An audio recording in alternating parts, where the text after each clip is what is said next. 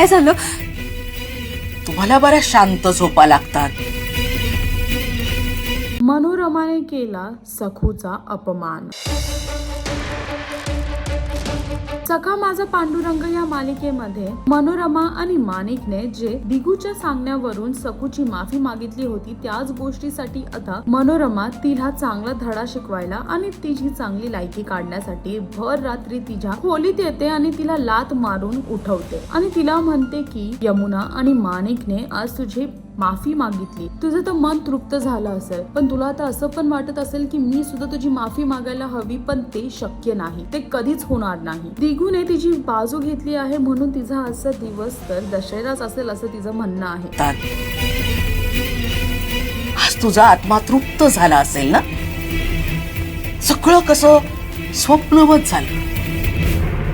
मनातले मांडे आज प्रत्यक्षात आले नाही का? यमुना आणि माणिकने तुझ्या पायावर नाक घासलं, तुझी क्षमा मागितली.